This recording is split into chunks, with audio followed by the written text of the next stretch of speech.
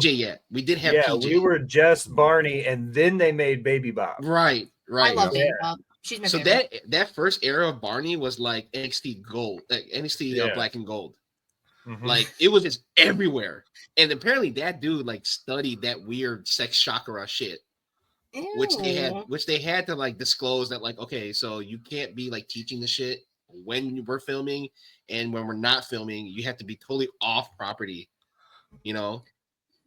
And then but then he explained like how he kind of used that energy to make Barney, because dude was like fucking jumping and doing cartwheels in that suit. I was like 60 pounds. I know this has nothing to do with wrestling. I just wanted to add that in. No, this is fun though. Are you still a furry if you dress up like a dinosaur? Because I mean, we know now that dinosaurs had fur, but back in the 90s, we did not know that. Dinosaurs had feathers. Right. Feathers, yes. Because they became birds afterwards. Correct. Supposedly. So, but birds aren't real. So listen, if birds aren't real, Will. Birds aren't real, but I'm not talking about birds. I'm talking about chickens. Foul play. Chickens. Alligators taste like chicken. Okay. Chicken tastes like alligators. Those are two of the most commonly, like in lineage, ancestors to dinosaurs. Neither alligators are dinosaurs. Chickens and alligators taste like dinosaurs.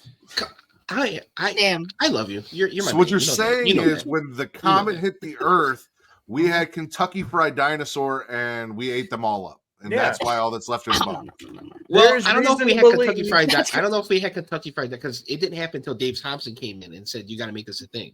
Listen, okay, I'm going to be real with you. Science has proven that a velociraptor wasn't much larger than the common turkey that we have now roaming the world. Okay, dude, tell me, look at me in the face and tell me that I couldn't fry that bitch up and it wouldn't be delicious. Tell me right now. 100%. I mean, science has also proved that I know more about creationism than both religion and Darwin. So I sent Matt the most fucked up weird text message the other day. I said, just bear with me here, but were you the one of my friends that was telling me this theory about how aliens fucked like whatever, and that's how we got here? And he was like, in fewer words, but yes. And I was like, okay, good. Let's start this conversation over now.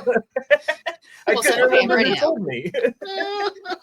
So apparently they've determined that at 2 points in human history, at least, aliens have come down, mated with primates. I like to just be simple and say they fucked monkeys, but two different versions of primates, which then gave us the evolutionary leap that we needed to go from primate to beginning human to current human.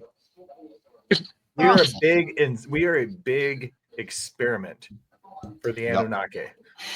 I also have a theory too that the UFOs that have came here are the ones that are like on alien spring break, and they're just driving their UFO like ship drunk, and they just land here, and they're like, "Oh fuck," and then they go back home, and they're like, "Dude, did you hear what happened to Dave Alien? He fucking with the Earth, bro!